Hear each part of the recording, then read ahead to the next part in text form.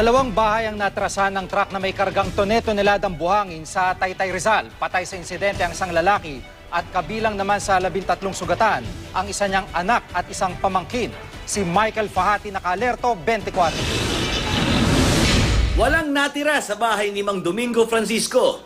Nagiba naman ang pader ng bahay ni Aling Eleanor nang tumbukin ito ng isang papaatras na truck na may kargang buhangin. Agad na namatay si Mang Domingo sa pagkakaipit nito sa truck at pader. Malubhang sugatan naman ang anak na si Angelo at pamangkin na si Marian. Ang iba pang anak ni Mang Domingo, bukod sa hindi pa matanggap ang sinapit ng ama, di rin halos makapaniwala sa mabilis na pangyayari. Ano bang trabaho ni tatay? Truck driver po. May truck pa yung nagano sa kanya, no?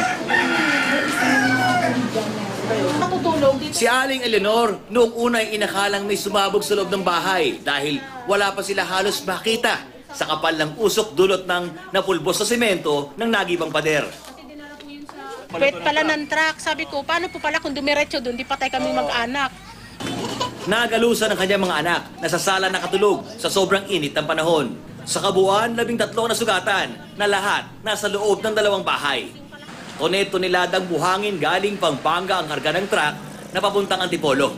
Ayon sa nakasaksi, tila hindi kinayang umahon sa matarik na kali ng Dolores ang truck, kung kaya't dahan-dahan daw itong napaatras. Nagsisigaw na ako para makalabas ang mga tao na matulungan sila. Tumakas ang driver at iba pang pahinante ng truck. Sa 4 na sakay, tanging ang pahinanteng si Jemar ang naiwan at naaresto ng mga pulis pagkat tulog daw ito nang maganap ang aksidente.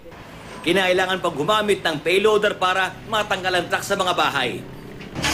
Ang naiwang buhangin, pinagkaguluhan ng mga residente.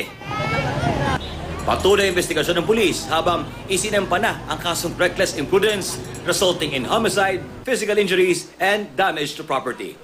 Michael Padre, Nakatutok, 24 Oras.